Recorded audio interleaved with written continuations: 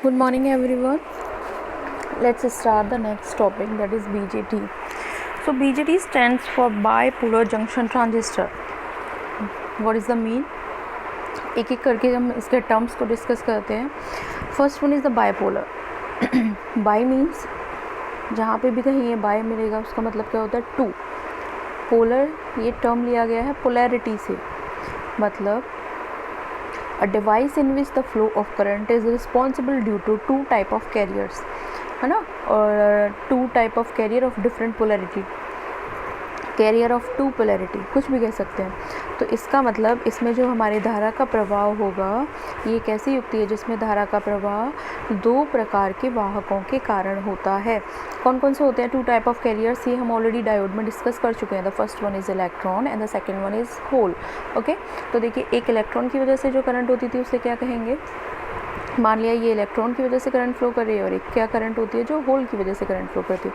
तो electron and whole ये हमारे टू कैरियर्स हो गए, डिफरेंट कैरियर. अब इसका मतलब बाइपोलर का मतलब होता है ऐसी डिवाइस जिसमें इन दोनों की वजह से करंट फ्लो कर रही है.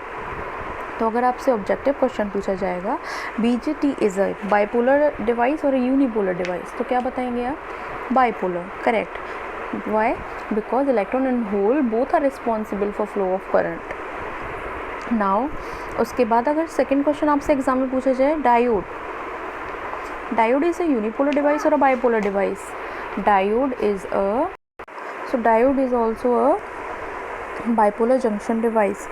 अब यूनिपोलर में क्या होगा? अब देखिए अगर आपसे पूछा जाए द मेटल और द कंडक्टर, मेटल्स और कंडक्टर्स आर बाइपोलर और यूनिपोलर बोलर्स, तो हम क्या बताएंगे? यूनिपोलर.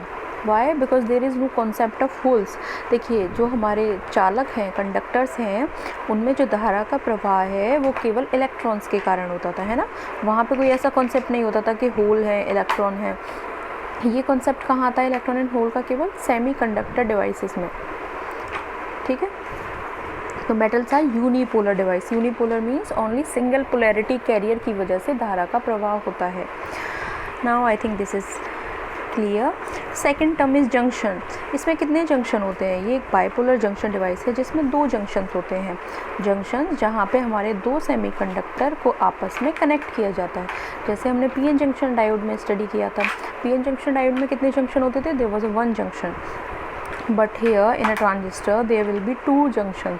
यहाँ हमारा ट्रांजिस्टर में दो जंक्शन होंगे, that is junction 1 and that is a junction 2. Okay, now come to the third point, that is transistor. Transistor हमारा दो शब्दों से मिलकर के बना हुआ है, that is transfer of resistance और ट्रांसफ़र ऑफ रजिस्टर. ठीक है, ये कैसे ट्रांसफ़र ऑफ रजिस्टर, क्यों बोलते हैं इसे हम, ये आगे आपको क्लियर हो जाएगा. बिकॉज़ यहाँ इनपुट करंट बहुत कम होती है, आउटपुट करंट बहुत ज़्यादा होती है. And we know that the current is inversely proportional to the resistance. As the input current is very low means the input resistance is very high. अगर हमारी इनपुट धारा का मान बहुत कम है, मतलब कि इनपुट पर जो प्रतिरोध है वो बहुत ज़्यादा होगा और आउटपुट पे हमारा प्रतिरोध क्या होगा? कम होगा, क्योंकि आउटपुट करंट क्या है? ज़्यादा. ठीक, तो इससे हमें ऐसा फील होता है जैसे we are transferring the resistance. हमने रेजिस्टेंस ट्रांसफ़र कर दिया, that's why we are calling it a transistor. तो ये आपको आगे इसकी वर्किंग में क्लियर होगा. Now leave it. Next point is ये transistor is a very important device. Electronics के फील्ड में ट्रांजिस्टर एक बड़ा इम्पॉर्टेंट इन्वेंशन के रूप में सामने आया था. ये किसने इन्वेंट किया था? John Bardeen, Walter Brattain and William Shockley. ये तीन साइंटिस्ट थे, फिजिक्स के साइंटिस्ट थे. इन्होंने तीनों ने इसे इन्वेंट किया था. ये बहुत इंपॉर्टेंट इन्वेंशन था जो कई सालों तक इसने डोमिनेट किया है इंडस्ट्रीज़ में. बट आफ्टर दैट जब मॉसफेट सीमॉस आ गए तो उन्होंने इसे रिप्लेस कर दिया था. ओके, इसके लिए इन तीनों साइंटिस्ट को नोबेल प्राइज़ भी मिल चुका है. सो कम टू द स्ट्रक्चर. हाँ, एक पॉइंट और पहले डिस्कस करते हैं. यहाँ मैंने लिखा है transistor is a current control current device. तो current control current device means क्या होता है? यहाँ हम इनपुट करंट से आउटपुट करंट को क्या करते हैं? कंट्रोल करते हैं, इसीलिए हम इसे बोलते हैं current control current device. Now come to the structure. A transistor is basically a silicon or germanium crystal containing three separate regions. तो ये जनरली कुछ भी नहीं, एक सिलिकॉन जर्मेनियम का क्रिस्टल आप इसे मान सकते हैं which is containing 3 separate regions कौन से होते हैं? First one is the emitter, second is the base and third is the collector. एस आप इनके नाम से देख सकते हैं, एमीटर मीन्स क्या होता है? जो एमिट करे, है ना। बेस जो बीच में सपोर्ट के लिए रहे। कलेक्टर मीन्स जो कोई ऐसा जो किसी चीज़ को कलेक्ट करे। तो यहाँ क्या है, आप इसे ऐसे समझ सकते हैं, देखिए ट्रांजिस्टर जो है वो 2 बैक टू बैक डायोड की तरह समझ सकते हैं आप उसे। जैसे ये 2 डायोड हैं, ये बैक टू बैक अगर मैंने कनेक्ट कर दिए तो ये बताइए कौन सा वाला साइड होता है? P and what is this N and what is this P। तो ये बन गया एक PNP ट्रांजिस्टर। सेकेंड वन, हो सकता है कोई स्टूडेंट इसे ऐसे कनेक्ट ना कर दे, वो कहे कि मैम मैं डायोड को ऐसे कनेक्ट करना चाहता हूँ, दैट इज़ ऑल्सो गुड। वो ऐसे ले और दूसरे डायोड को ऐसे ले, ये पार्ट कॉमन हो जाएगा इन दोनों के बीच में। So that will be N P and N। तो हमारे पास पॉसिबली 2 टाइप ऑफ ट्रांजिस्टर्स होते हैं, हमारे पास 2 तरीके के ट्रांजिस्टर होते हैं। The first one is PNP transistor and the second one is NPN transistor. दोनों की वर्किंग सेम होगी। अगर एक ही वर्किंग आपको क्लियर है then you can understand the second also.